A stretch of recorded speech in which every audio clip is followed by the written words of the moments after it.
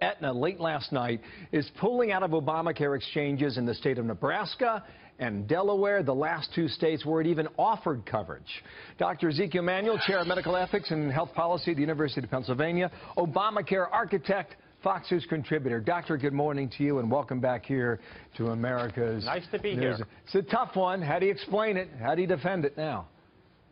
Well, Aetna's had a very small footprint. In Delaware, it's had only 12,000 people insured. But let's get to the big picture. The big picture is, as they said and as other insurers have said, we need the government to do several things. One is to guarantee that they'll pay the cost-sharing subsidies. Those are subsidies to people to cover deductibles and to cover co-payments up to $60,000 for a family. And the government and Speaker Ryan in particular has said that's got to be part of appropriation. But we're not going to put it right now. Wait. This is under Obamacare. It has nothing to do with the House Republicans did last week.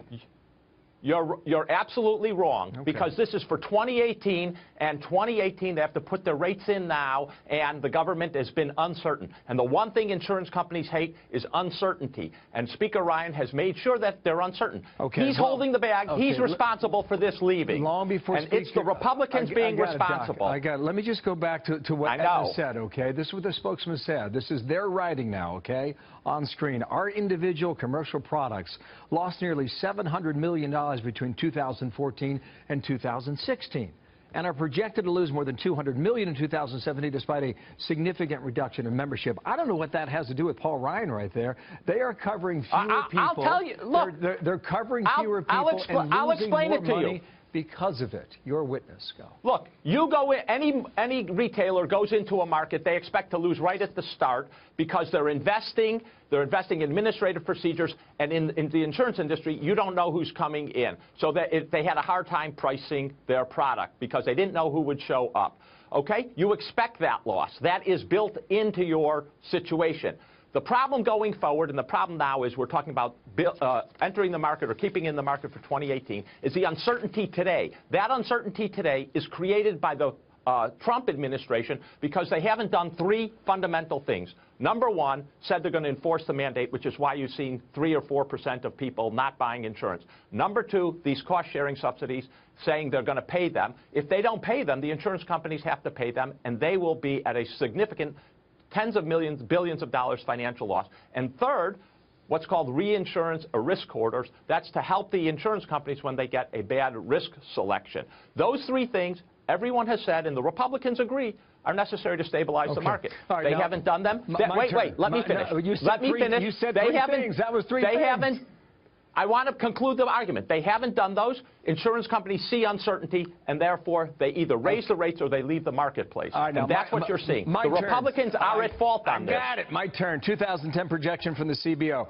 21 million will be enrolled in the exchanges by 2016. In 2016, you had 12.7 million enrolled, a little more than half.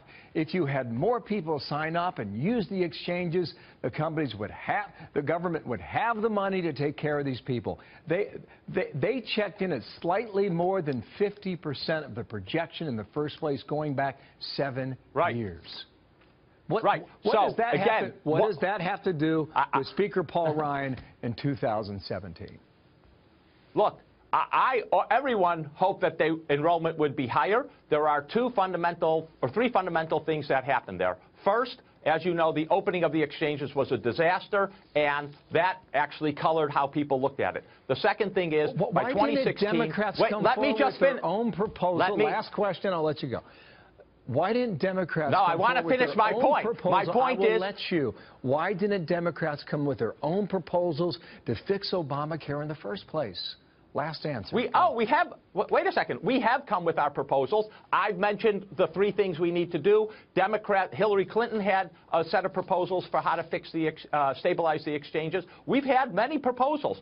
Well, here's the fundamental thing. The fundamental thing is that we could have had more people in the exchanges. That CBO projection hypothesized that more employers would drop insurance. Fewer employers dropped insurance, and one of the big reasons they didn't drop insurance is that rates stabilized in the private insurance market. We could go on for an hour. And that actually accounts for most. Of course, because the fact is, Speaker Ryan is responsible for this upset with Aetna because he did not guarantee the cost-sharing subsidies. I'm out of time. Thank you for your time. Bill Clinton is speaking now. We'll see what headlines he makes. You come on back and we'll continue our debate. I really appreciate you coming every time. There is plenty to discuss. Thank you, Doctor. You're right. What's next?